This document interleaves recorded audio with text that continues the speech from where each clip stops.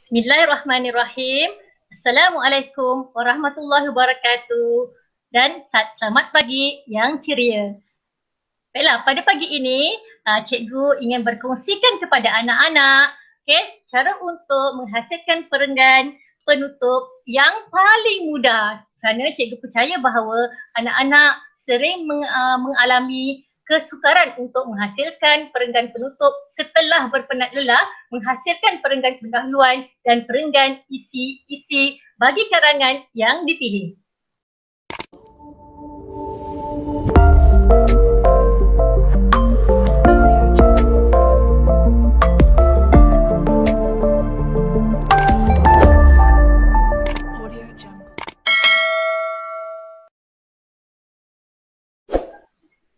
Bismillahirrahmanirrahim. Assalamualaikum warahmatullahi wabarakatuh dan selamat pagi yang indah. Pada pagi ini, cikgu akan menerangkan kepada anak-anak cara untuk menghasilkan perenggan penutup.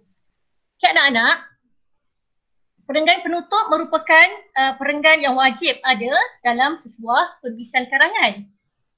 Kita memang sedia maklum dalam sesebuah karangan wajib ada pendahuluan, isi dan kesimpulan.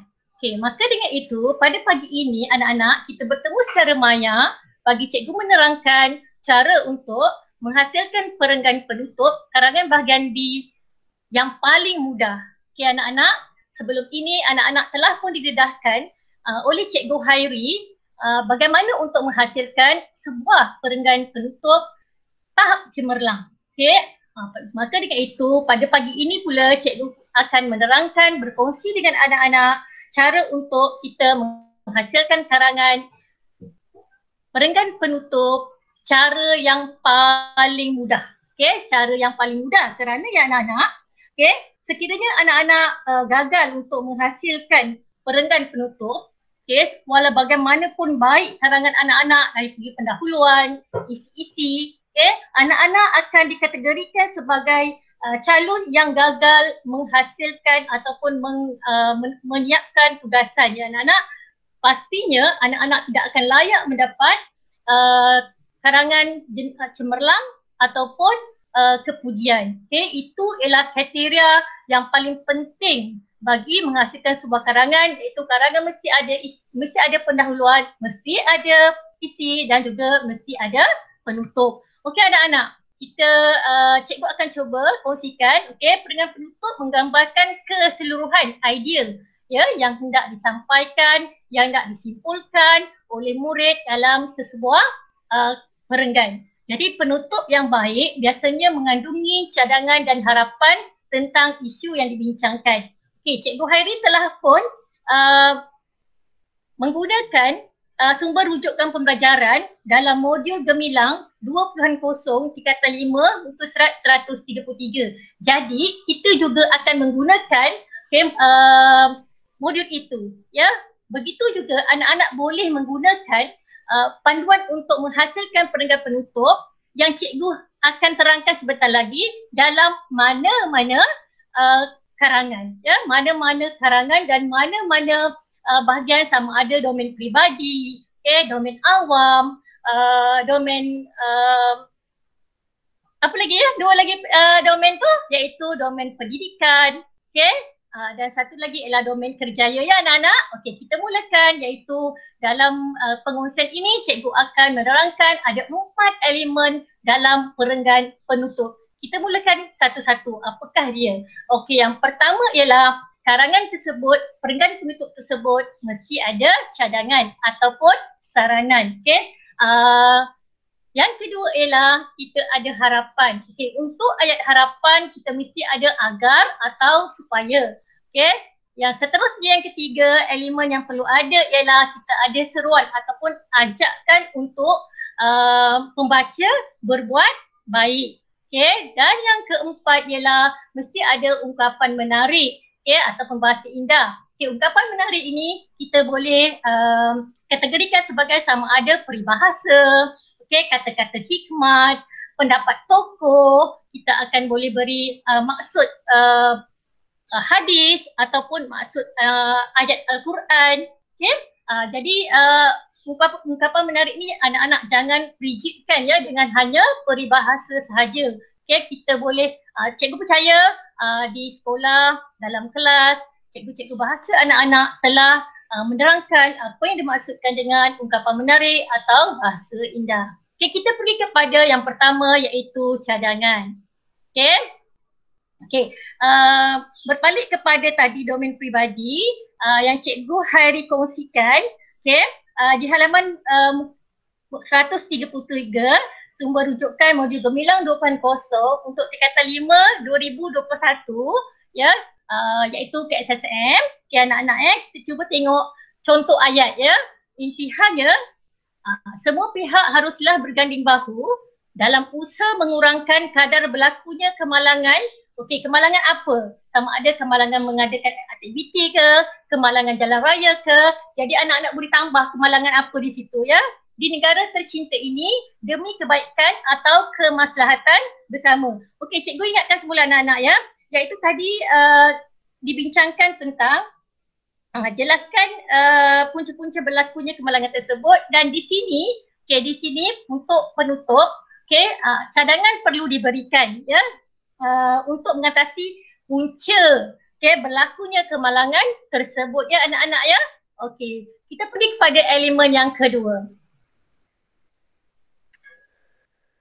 Okay, anak-anak, elemen kedua yang cikgu sarankan ialah anda perlu meletakkan harapan. Okey, contoh ayat bagi harapan, kerjasama dan komitmen daripada semua pihak. Okey, cikgu tak berikan siapa pihaknya. Kalau anak-anak buat karangan, anak-anak tengok apa ayat, apa tema, jadi anak-anak boleh masukkan pihak apa yang terlibat ya.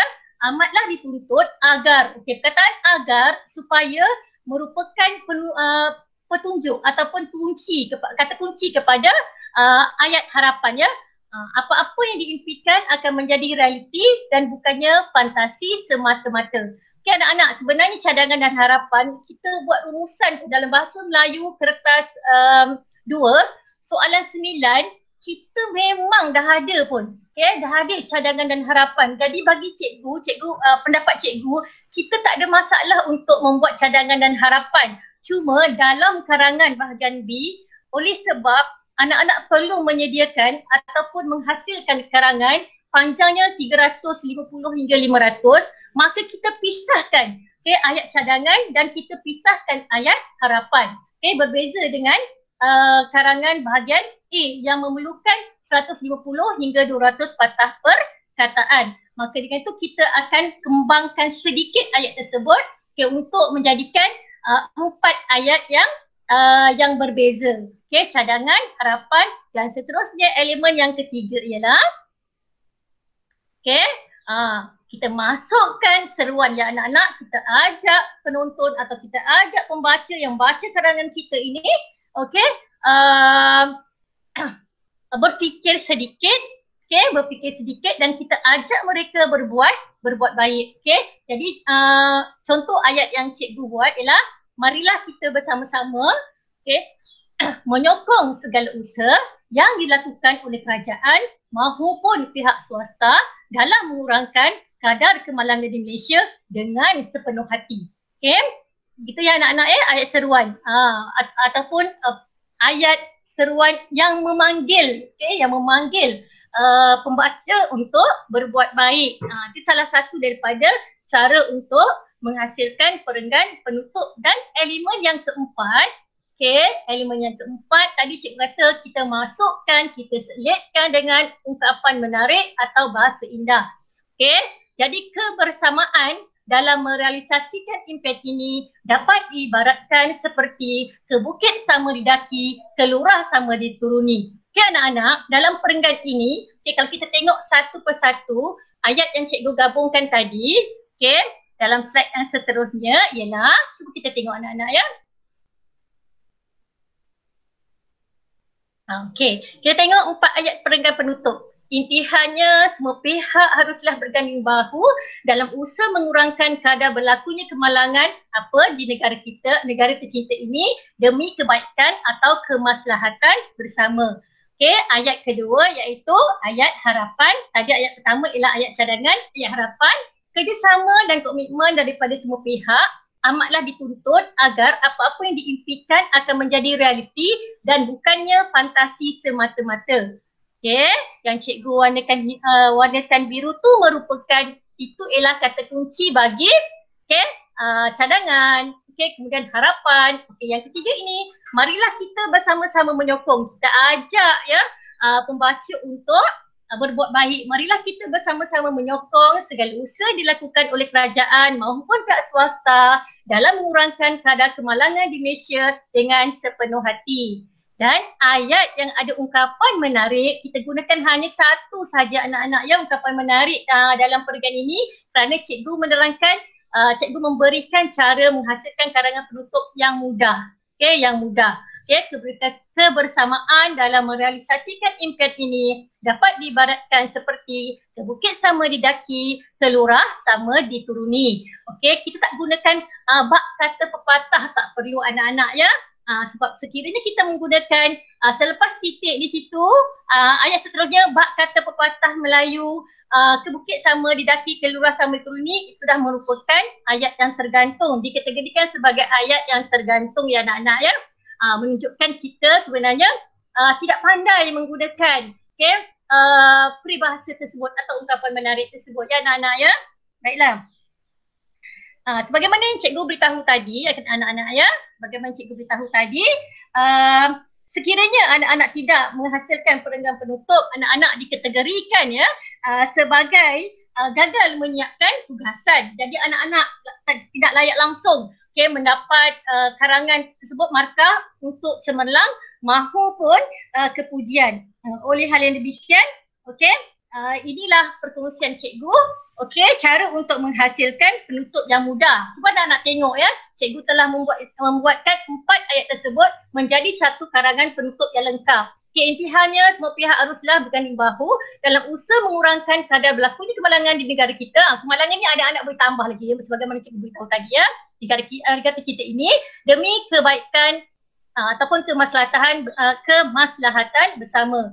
Kerjasama dan komitmen daripada semua pihak amatlah dituntut agar apa-apa yang diimpikan akan menjadi realiti dan bukannya fantasi semata-mata. Marilah kita bersama-sama menyokong segala usaha yang dilakukan oleh kerajaan maupun pihak swasta dalam mengurangkan kadar kemalangan di Malaysia dengan sepenuh hati. Kebersamaan dalam merealisasikan impian ini dapat diibaratkan seperti ke bukit sama didaki, ke lurah sama dituruni. Baiklah, ada 4 saja ayat, 4 elemen saja anak-anak, tetapi walaupun 4 ayat ia telah menggambarkan anak-anak mempunyai kosakata yang tinggi. Kita gunakan kemaslahatan, kita gunakan komitmen, kita gunakan perkataan realiti, kita gunakan perkataan fantasi, kita gunakan perkataan merealisasikan dan terakhir kita menyelitkan satu ungkapan menarik dalam perenggan penutup anak-anak.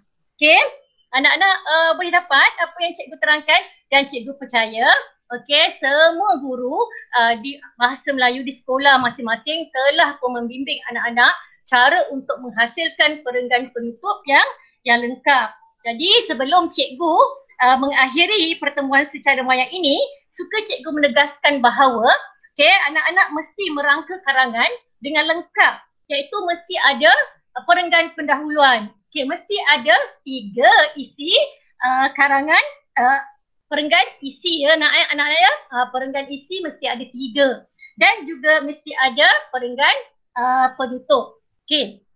Sekiranya kita gunakan perenggan penutup ini, sebenarnya anak-anak dah boleh membuat apa-apa saja jenis karangan, cuma anak-anak kena pandai saja untuk menukarkan saja beberapa perkataan bagi mewakili mana-mana jenis karangan yang anak-anak hendak hasilkan. Anak-anak juga mesti menggunakan masa 1 jam 30 minit untuk karangan bahagian B ini sebaik-baiknya untuk menghasilkan sebuah karangan yang dapat menambat hati pemeriksa dan juga memenuhi kriteria pemarkahan sama ada cemerlang maupun kepujian. Cikgu harap dengan perkongsian yang sedikit ini akan memberikan manfaat kepada anak-anak bagi menghasilkan karangan yang baik. Anak-anak, sebelum cikgu mengakhiri pertemuan maya kita pada ini, cikgu ingin berkongsikan beberapa tips untuk menghasilkan karangan yang lengkap anak-anak Yang pertama ialah Okey, apabila anak-anak telah mendapat soalan, anak-anak perlu menganalisis, menganalisis kehendak soalan. Okey, yang kedua ialah, yang kedua ialah sekiranya anak-anak belum pandai lagi hendak menghasilkan karangan yang lengkap dan cemerlang, cikgu suka berkongsi, anak-anak carilah isi-isi ataupun contoh karangan melalui Google.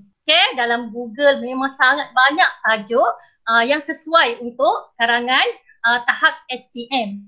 Di situ anak-anak boleh salin contoh karangan tersebut dan mana-mana yang ada kesalahan bahasa anak-anak betulkan. Itu langkah yang pertama. Untuk langkah yang kedua, anak-anak setkan masa anak-anak menyalin contoh karangan tersebut. Dan pastikan karangan tersebut cukuplah 5 perenggan, iaitu 1 perenggan pendahuluan, 3 perenggan isi, manakala 1 perenggan penutup. Kerana kita kalau mengikut soalan, anak-anak perlu membuat karangan lebih kurang 350 sehingga 500 patah perkataan sahaja ya anak-anak ya. Sebab kita tak boleh, cikgu tak boleh nak maklumkan di sini bahawa kalau membuat lebih 500 patah perkataan adakah ditolak markah ke tidak, kerana penataran untuk markah tidak lagi dilakukan oleh Lembaga Peperiksaan Malaysia ya anak-anak ya. Langkah yang seterusnya ialah anak-anak cuba membuat karangan, membuat karangan menggunakan tips-tips yang diberi oleh cikgu-cikgu daripada mula membuat pendahuluan sehinggalah penutup. Dan satu lagi yang paling penting ialah anak-anak cuba untuk menyiapkan modul gemilang 2.0 SPM yang dikeluarkan oleh ni dia anak-anak ya, yang dikeluarkan oleh Jabatan Pelajaran Pendidikan Melaka Unit Bahasa ya. Kerana semua karangan ini sekiranya anak-anak dapat menyiapkan semua latihan sama ada bahasa Melayu kertas 1 ataupun bahasa Melayu kertas 2, cikgu percaya anak-anak boleh menggenggam E. Dan kita akan menaikkan markah peratus lulus dan cemerlang Negeri Melaka. Anak-anak, cikgu rasa sampai di sini sahaja perkongsian cikgu kepada anda pada pagi ini. Sebelum cikgu mengakhiri perkongsian kita, kita akhiri dengan tasbih kifarah, dan juga surah Al-As. Bismillahirrahmanirrahim. Subhanakallahumma bihamdika asyhadu an la ilaha illa anta astaghfiruka wa atubu ilaik. Bismillahirrahmanirrahim. Wal 'asr innal insana lafi khusr illa allazina amanu wa 'amilus solihat wa tawassaw bil haqqi wa tawassaw bis sabr.